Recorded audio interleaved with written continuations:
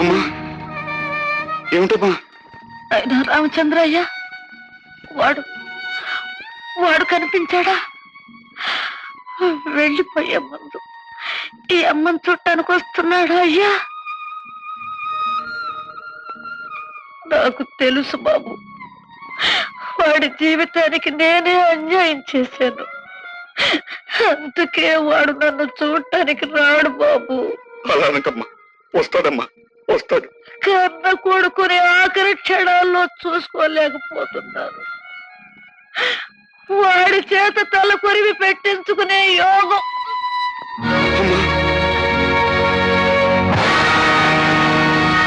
ఏమిటన్నయ్యా నువ్వు చెప్పింది నిజమా? అవునమ్మా, నా కళ్ళ ముందే జగన్ తల్లి ప్రాణం వదిలింది. పోయే ముందు కన్న కొడుకు చేత తలకొరువు పెట్టించుకోవాలంటూ పోయింది. ఈ విషయం వాడితో చెబుదామని వచ్చానమ్మా. అయ్యో, ఆయన ఎక్కడికి వెళ్ళారో ఎప్పుడు వస్తారని తెలియదే. బాబుజీ మీతో ఏదైనా చెప్పారా? లేదమ్మా, నాతో కూడా చెప్పకుండా వెళ్ళాడు. అయితే ఇప్పుడు ఎలాగమ్మా? కన్న కొడుకుంటే కర్మ చేసేవాళ్ళ కూడా పోవాల్సిందేనా? ఇప్పుడు ఏం చేయాలమ్మా? పదన్నయ్య, నేను నీతోనే వస్తాను. అక్కడికి వెళ్ళి ఏం చేయాలో ఆలోచిద్దాం. బాబుజీ నువ్వు ఇక్కడే ఉండి జగన్ వస్తే విషయం చెప్పి అక్కడికి పంపించు. అలాగేనమ్మా. పదన్నయ్య. మరి చాలా చేతం అవుతుంది, ఆమె కొనాలకు సకాలంలో వస్తానంటా. అమ్మా, వాడిని తీసుకురాలేకపోయానమ్మా. నీ కోరిక నెరవేర్చలేకపోతున్నానమ్మా. జగన్ని తీసుకురాలేకపోయానమ్మా. ఊరుకో అన్నయ్య, ఇప్పుడు బాధపడి ఏం ప్రయోజనం? ముందు జరగవలసిన కార్యక్రమం చూడు. ఏం చేయాలన్నా? కన్న కొడుకు జగన్ రావాలి కదమ్మా. ఒకవేళ ఆయనకు ఆ కబురు అందకపోతే కర్మకాండ నువ్వే చెయ్యాలి. అవునన్నయ్య, ఆమెని నీ తల్లిలా అనుకున్నావు. అందుకే కొడుకు చేయవలసిన విధులన్నీ నువ్వే చెయ్యాలి. అవును బాబు, అమ్మాయి చెప్పినట్టు చేసాయి, తప్పేమీ లేదు. ఎంతసేపు శవాన్ని ఎలా పెట్టు కూర్చుంటాం? ఏమండి? అవునండి.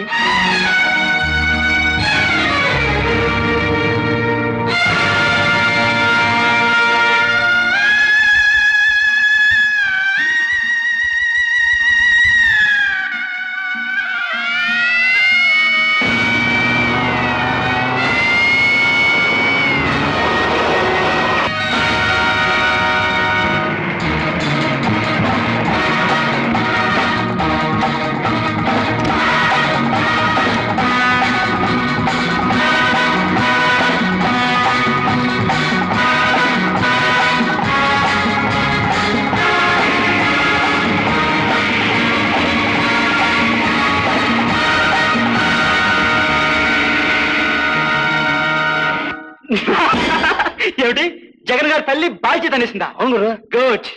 నా యాల్ది, ఈసారి వాడు మన బోన్లో పడి తీరుతాడు. దొంగ విధమైన కూని కోరైనా సరే తల్లి చచ్చింది అంటే ఖచ్చితంగా వాడు శ్మశానానికి వచ్చి తీరుతాడు. నిజమే గురు. కనుక మనం శ్మశానం దగ్గర కాపు కాసి వాణ్ణి చంపి తల్లి శవంతో పాటు వాణ్ణి కాల్చివేద్దాం. విరడైపోతుంది.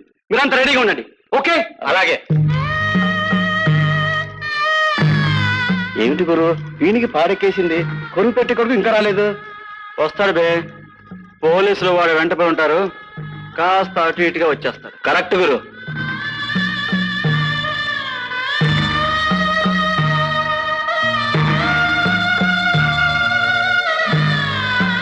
కన్న తల్లికి తలగొరువు పెట్టే అదృష్టానికి కూడా నోచుకోలేదే మా దౌర్భాగ్యం.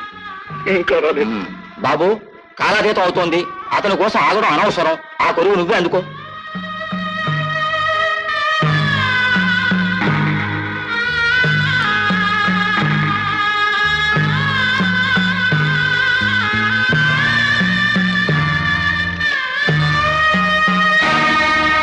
జగన్ అన్నయ్య, కన్న కొడుకుగా నా బాధ్యత నెరవేర్చని. వచ్చా నా కొడుకు, వెళ్ళి వాడిని నిప్పెట్టండి. పడి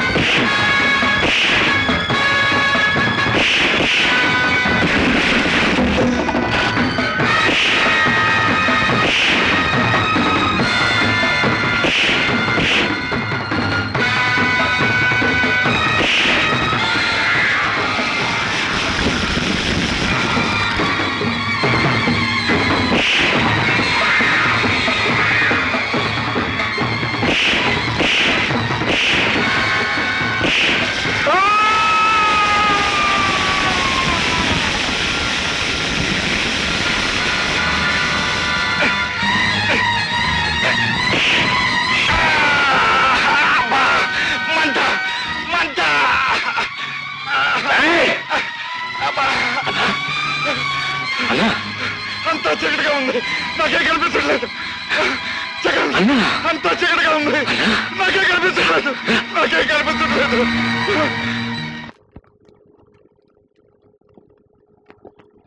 doctor, I'm sorry mister. Monday మంటల కారణంగా అతని కళ్ళు పాడైపోయి శాశ్వతంగా అతను చూపు పోయింది. అంటే ఇంకెప్పటికీ ఏ విధంగా అతను చూపు వచ్చే అవకాశం లేదంటారా?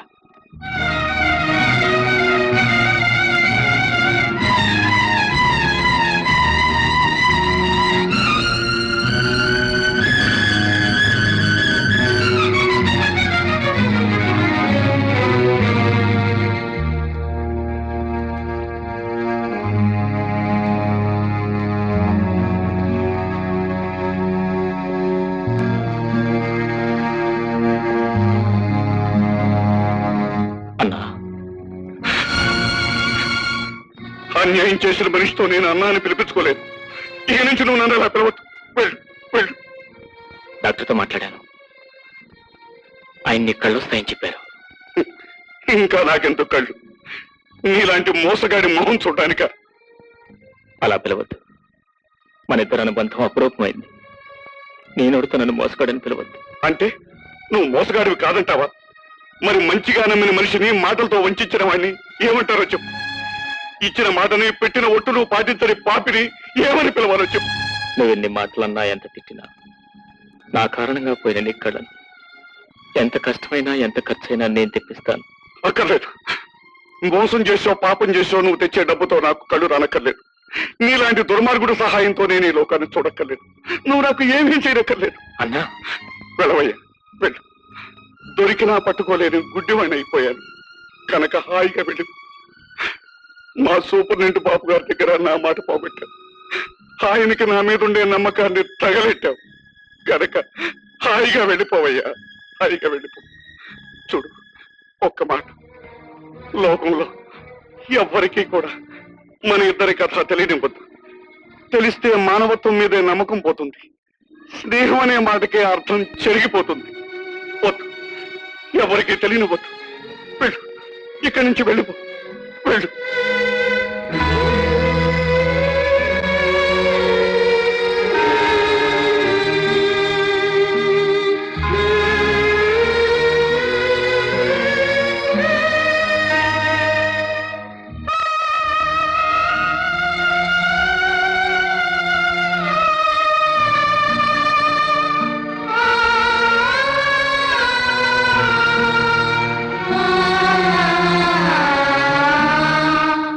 డాక్టర్ గారు, వద్దు వద్దన్నా మీరు నాకు ఆపరేషన్ చేశారు.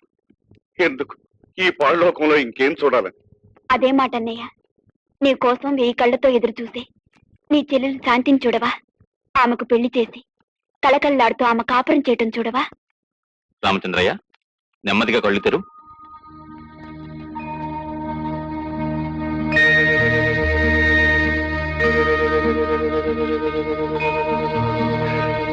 నిన్ను చూస్తుంటే అనిపిస్తోందమ్మా, నువ్వు అన్నట్టుగా నేను శాంతిని చూడాలి, అది చల్లగా ఉండేట్టు చూడాలి. డాక్టర్ బాబు, మీరు నాకు కళ్ళు తెప్పించినందుకు దండాలు బాబు, దండాలు.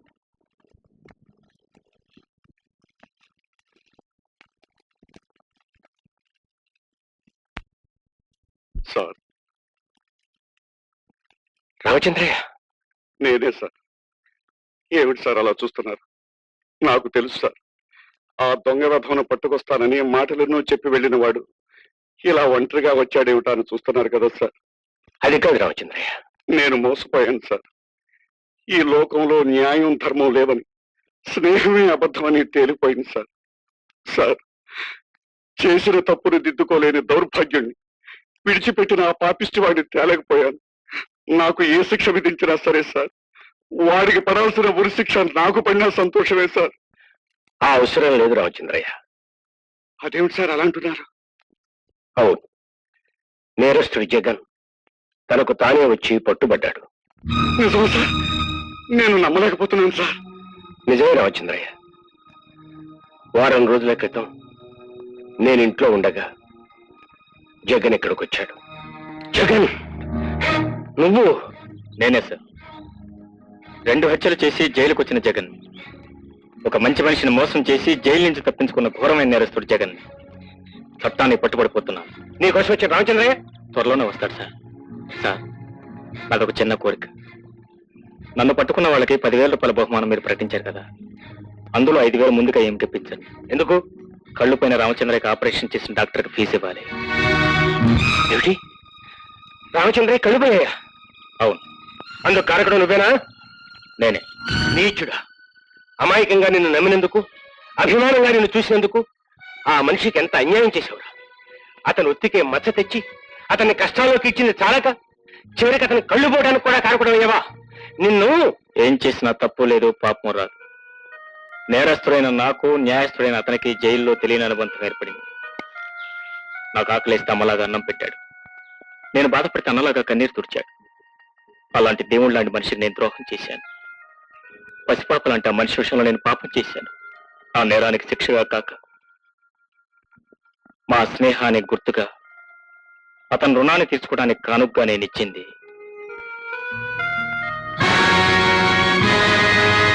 జగన్. ఎంత పని చేశావయ్యా? చీకట్లో కలిసిపోబోయే నాకు వెలుగుతో నిమిత్తం లేదు, వెలుగు చూడాల్సిన అవసరమూ లేదు. ఈ విషయం రామచంద్రయ్య తెలుసా? తెలీదు సార్. మోసగాడని తనని నిందించా రామచంద్రయ్య. తన కళ్ళతో లోకాన్ని చూడటానికి ఒప్పుకోడేమోనని తెలియనివ్వలేదు. అక్కడున్న డాక్టర్స్ దగ్గర నా దగ్గర కూడా చెప్పద్దని మాట తీసుకున్నాడు. అంతేకాక దొరికిపోతే 10,000 ఇస్తారని, ఆ డబ్బుతో డాక్టర్ ఫీజు 5,000, రామచంద్రయ్య చెల్లెలి పెళ్లి కట్టిన 5,000 ఇవ్వచ్చని తానుగానే దొరికిపోవాలని నిర్ణయించుకున్నాడు. జగన్, నీ హృదయం ఇంత గొప్పదని, నీ వ్యక్తిత్వం ఇంత ఉన్నతమైందని ఈనాడే తెలుసుకున్నానయ్యా. లోకంలో స్నేహానికి అర్థం ఏమిటి అని ఎవరైనా అడిగితే అది నీకు రామచంద్రయ్యకు ఉన్న అనుబంధమే అని చెప్పగలను. స్నేహానికి, మీరిద్దరూ ఒకరి కోసం ఒకరు చేసుకున్న త్యాగానికి మనుషులే కాదయ్యా, గుర్తున్నంత వరకు ఆ జైలు గోడలు కూడా నిట్టూరుస్తూనే ఉంటాయి. సార్, నేను పోయిన తర్వాతనైనా నాకు ఒక మనసు ఉందని, ఆ మనసుకు అతనంటే చాలా అభిమానం అని రామచంద్రయ్యకి తెలిస్తే చాలు. నేను జైల్లో గడిపిన గడివంక అతను ద్వేషంగా చూడకుండా ఉంటే చాలు. నా సమాధి మీద మోసగాడు అని అతను చదవకుండా ఉంటే చాలు.